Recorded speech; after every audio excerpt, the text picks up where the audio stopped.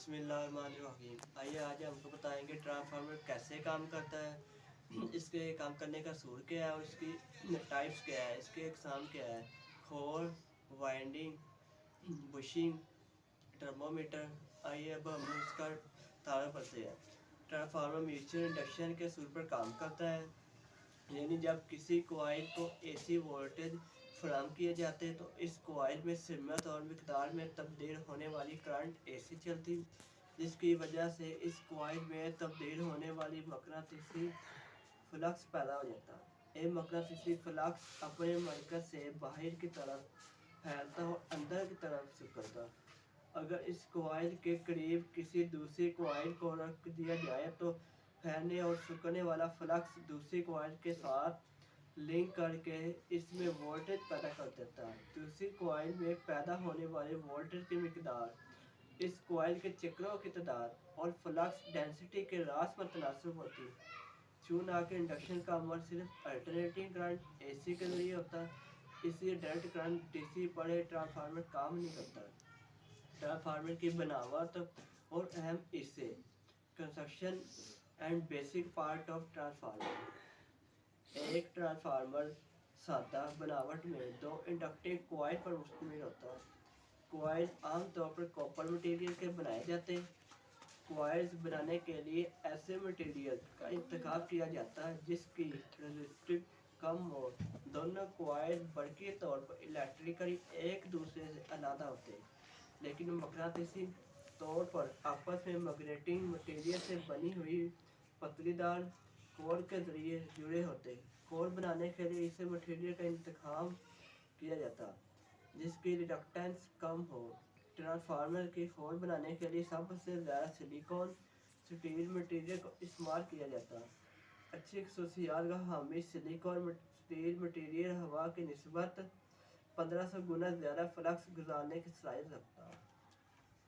Transformer के अहम हिस्से। नंबर 1, खोल। ट्रांसफार्मर खोल का मकसद मकनातीसी फ्लक्स के गुजरने के लिए रास्ता फराहम करना। इसे उम्दा किस्म की स्टील में 3 से 4% सिलिकॉन की मिकदार को मिलाकर बनाया जाता। सिलिकॉन इज़ा पर मुश्तमिल स्टील को सिलिकॉन स्टील कहा जाता। इसके अलावा electrical steel, lamination steel, silicon electrical steel, transformer में इस मटेरियल के मुख्तलिफ नाम हैं। स्टील में सिलिकॉन मिलाने का मकसद नफूज पदेरी, परमेबिलिटी और रेजिस्टिव को ज़्यादा करना, थर्मल कंडक्टिविटी और मैग्नेटिक सैचुरेशन को कम करना होता है। कोर को पत्तेदार लैमिनेटेड बनाया जाता है। लिनियर पतली को दूसरी पतली से दरमियान में कोई इंसुलेशन मटेरियल, कागज, माइका, वार्निश वगैरह रख कर इंसुलेट किया जाता है ताकि एडिड करंट लॉसेस को कम किया जा सके। कोर के मुरब्बा या मुस्तैल शक्ल में बनाया जाता है। इसके दो हिस्से होते हैं, एक अमूदी हिस्सा जिस पर कॉइल या वाइंडिंग को लपेटा जाता है, इसे रिम या लेग कहा जाता है, जबकि ऊपर और नीचे वाला उफकी हिस्सा योक कहलाता है। Number 2, winding. वाइंडिंग या कॉइल का मकसद करंट को गुजारना होता। इसे आमतौर पर कॉपर मटेरियल से बनाया जाता है। इसके अलावा एल्युमिनियम मटेरियल भी इस्तेमाल होता है। वाइंडिंग को कोर के ऊपर लपेटा जाता है। कोर और वाइंडिंग के तमाम कॉइल आपस में इंसुलेट होते हैं। सिंगल फेज ट्रांसफार्मर की एक प्राइमरी और सेकेंडरी वाइंडिंग, जबकि 3 फेज ट्रांसफार्मर की 3 प्राइमरी और 3 सेकेंडरी वाइंडिंग होती है। लेकिन होल टाइप ट्रांसफार्मर में लीकेज फ्लक्स से बचने के लिए अमली तौर पर दोनों वाइंडिंग को दोनों लिम्स पर बनाया जाता है। एक कॉइल मैकेनिकली तौर से रियाज से मजबूत होते हैं और इनकी हल्की लेयर्स में बनाया जाता है। इस तरीके में आम तौर पर कॉइल के ऊपर लो वोल्टेज इंसुलेशन रखी जाती और इसके बाद लो वाइंडिंग को बनाया जाता है। लो वोल्टेज वाइंडिंग के ऊपर हाई वोल्टेज इंसुलेशन रखी जाती और इसके ऊपर हाई वोल्टेज वाइंडिंग बनाई जाती। Number 3, tanks. बड़े साइज के 3 फेज ट्रांसफार्मर में से इसके अंदर लगे हुए सामान की मैकेनिकल हिफाजत के लिए टैंक इस्तेमाल होते हैं।